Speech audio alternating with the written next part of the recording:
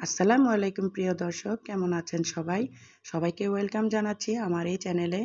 আজকে আপনাদের সাথে খুব সুন্দর একটা রেসিপি শেয়ার করব। সবারই কাছে অজানা এই রেসিপি, মূলা শাক দিয়ে নতুন ধরনের একটা রেসিপি শেয়ার করব।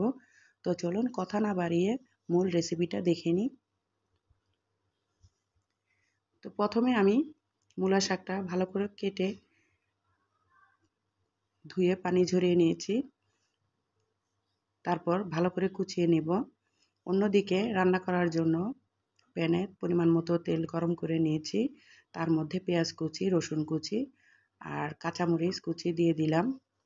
পেঁয়াজ, রসুন আর কাঁচামরিচটা একটু বেশি দিতে হবে।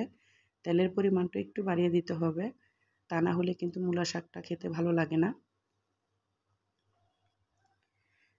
এখন সবগুলো উপকরণ কিছুক্ষণ ভেজে নেওয়ার পর দিয়ে দিব 1 চা চামচ পরিমাণ কালো জিরা। কালো জিরাটা দিলে খুব সুন্দর একটা ফ্লেভার আসে, খেতে দারুণ লাগে। আর মূলা শাক কিন্তু তেতো একটা ভাব থাকে, এটাও থাকবে না। যখন ব্রাউন কালার হয়ে যাবে তখন দিয়ে দিব স্বাদ মতো লবণ আর দিয়ে দিচ্ছি 1/2 চামচ পরিমাণ হলুদের গুঁড়ো আর দিয়ে দিলাম পরিমাণ মতো পানি। এখন 2-3 মিনিট এটা গরম করে ভালো করে ফুটিয়ে নেব। যখন খুব সুন্দর করে কষানো হয়ে যাবে তখন দিয়ে দিব আলু কুচি।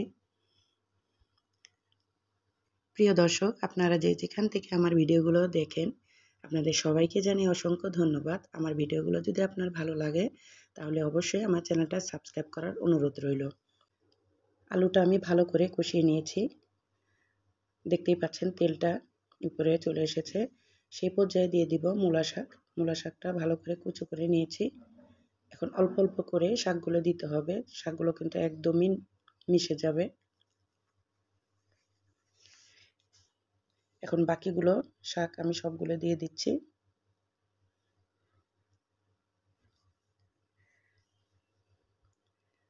আমার চ্যানেলে আরও অন্যান্য রেসিপি আছে, আপনারা দেখে নিতে পারেন, আপনাদের অবশ্যই ভালো লাগবে।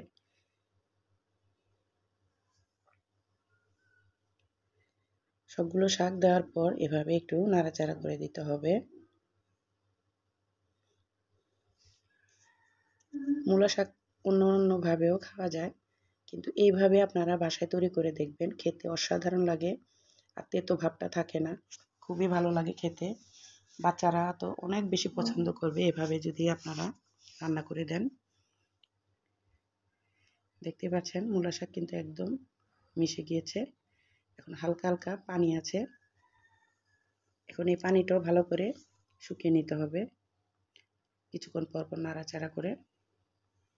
দেখতে পাচ্ছেন কালারটাও কিন্তু চেঞ্জ হয়ে গিয়েছে।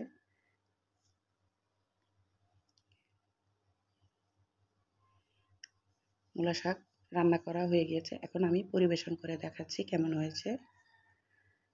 তৈরি হয়ে গেল মূলা শাকের অজানা একটা রেসিপি। এই রেসিপিটা আপনাদের কেমন লেগেছে আমাকে অবশ্যই কমেন্ট বক্সে জানাতে পারেন, আর লাইক দিতে ভুলবেন না। আর যদি আমার ভিডিওগুলো ভালো লাগে তাহলে অবশ্যই ফ্যামিলিদের সাথে শেয়ার করবেন আর সাবস্ক্রাইব করার অনুরোধ রইল সবাইকে। সবাই ভালো থাকবেন। পরবর্তী ভিডিও দেখার আমন্ত্রণ জানিয়ে বিদায় নিলাম। আল্লাহ হাফেজ।